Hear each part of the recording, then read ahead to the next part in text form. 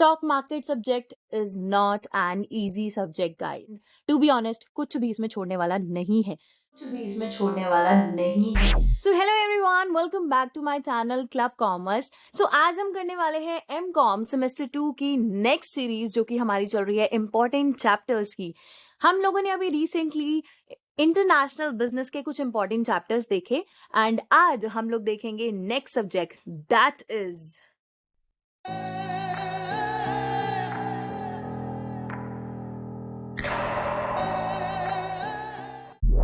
Stock market operations. 50 marks का आपका theory का एग्जामिनेशन होता है। हम लोग यहाँ पर बात करेंगे कि क्या सिलेबस में से इंपॉर्टेंट है। सिलेबस इतना एक्सटेंडेड है कि सिलेबस में एक ही चीज को उन्होंने 4 बार लिखा हो, तो लोगों को लगता है कि बहुत बड़ा है इसीलिए मुश्किल है, जबकि ऐसा नहीं है।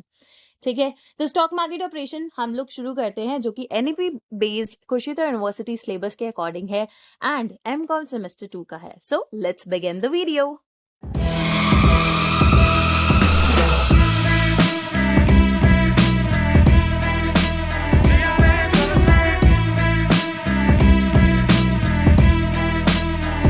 So this is your content, जो कि आपका स्टॉक मार्केट ऑपरेशन का बनता है, जो कि मैं आपको बता देती हूँ। चैप्टर 1 से चैप्टर 8 आपका यूनिट 1 बनता है, chapter 9 to chapter 11 unit number 2, chapter 12 to chapter number 16 it is unit number 3 and 17 to 19 it is unit number 4।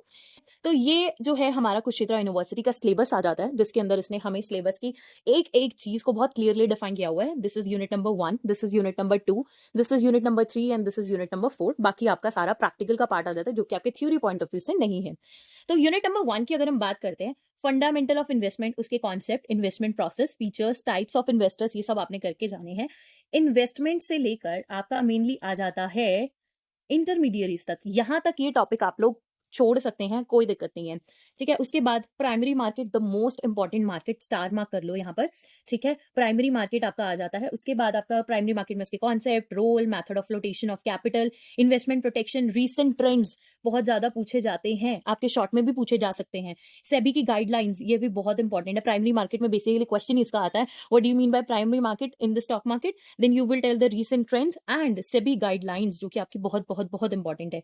फिर उसके बाद आती है सेम सेकेंडरी मार्केट में भी उसके concept, organisation, regulatory framework, defects क्या है वर्किंग में, इंडियन वर्किंग में, इंडिया के स्टॉक एक्सचेंज में क्या ऐसे डिफेक्ट्स आपको देखने को मिले, और SEBI measures, same primary market जैसा, जो कि आपको करके जाना है। ठीक है, उसके बाद आपके पास आता है यूनिट नंबर 2, जो कि आपका लिस्टिंग ऑफ सिक्योरिटीज से शुरू होता है, उसके merits, demerits, listing requirements, procedure, fee, right issue, bonus share, further issue and delist procedure, ये इंपॉर्टेंट है। उसके बाद डीमैट की अगर आप साइड से देखोगे तो concept, opening requirement, type of broker, stock market terminologies. बेटा ये जो है ना stock market terminologies, short questions के लिए लेके जाना। मैं अगर तुम्हें प्रीवियस ईयर क्वेश्चन दिखाऊं इस वीडियो के बाद, आपको प्रीवियस ईयर क्वेश्चन पेपर मिल जाएगा, लिंक उसका डिस्क्रिप्शन बॉक्स में है। तो stock market terminologies it's the most important. मैं आपको बताऊं, शॉर्ट में तो ये चीजें आती हैं, लॉन्ग के अंदर आपको पार्ट्स में पूछ सकता है, एक्सप्लेन दिस टर्मिनोलॉजीज, और आपको 4 पॉइंट्स दे दिया, दैट कैरीज 10 मार्क्स। ठीक है, तो आपको क्या करना है, इसके अंदर स्टॉक मार्केट की टर्मिनोलॉजीज को पढ़ के जाना है। स्टॉक स्प्लिट क्या होता है, मार्केट ट्रेंड्स क्या होते हैं, क्रैश मतलब क्या है, टाइप्स ऑफ ट्रेडिंग कितने तरीके की होती है, टाइप्स ऑफ ऑर्डर कितने तरीके के होते हैं, correction, dividend, circuit, bad delivery, short delivery, intra trading, margin trading, rolling statement and clearing statement. Next हम बात करते हैं Indian stock market, unit number 3। Indian stock market में हमारे पास 2 इंडियन मार्केट्स हैं, जो कि स्टॉक मार्केट की है, बीएससी एंड एनएससी। आप इसकी नॉलेज लेकर जाएं। ठीक है, नेक्स्ट आपका आता है इंडियन स्टॉक मार्केट में बीएससी और एनएससी मार्केट की थोड़ी बहुत नॉलेज लेके जाना, कि एनएससी और बीएससी मार्केट क्या है, नीट सिस्टम उसका क्या है, इधर बोल्ट सिस्टम उसका क्या है। ठीक है, उसके बाद आप यहां से शुरू कर सकते हैं, features, participant, listing procedure, trading and settlement. उसके बाद ओवरव्यू आप फॉरेन स्टॉक एक्सचेंज, जैसे कि एनवाईएसई या नेस्डेक। एनवाईएसई या नेस्डेक आपके फॉरेन स्टॉक मार्केट एक्सचेंज हो जाते हैं, जो कि आपको थोड़े थोड़े पढ़ के जाने हैं। उसके players, roles, specialist, trading technology, procedure, ये पढ़ के जाना है, इससे आपको क्वेश्चन मिलेगा। ठीक है, अगर आपको लगता है कि मुझे क्वेश्चन समझ नहीं आ रहा कैसे फ्रेम होते हैं, प्रीवियस ईयर क्वेश्चन को देखो गाइस, वहां से आपको बहुत हेल्प मिल जाएगी। ठीक है, तो प्रीवियस ईयर क्वेश्चन पेपर को बहुत अच्छे से एनालाइज करके जाना और देखना कि उसमें से क्या क्वेश्चन बन रहा है। फोर्थ, अगर हम यूनिट की बात करें तो स्टॉक मार्केट इंडिसेस से क्वेश्चन आपको देखने को मिलता है, जिसके कॉन्सेप्ट, पर्पस, कंसिडरेशन, उसके बाद weightage aggregated value method, weightage average of price relative method, ये अगर आप कर सकते हो तो ठीक है, नहीं तो आगे आप यहाँ से म्यूचुअल फंड कर लो। ठीक है, मेरी मानो तो म्यूचुअल फंड करके चले जाना, mutual fund is important and mutual fund से आपको क्वेश्चन देखने को मिलेगा।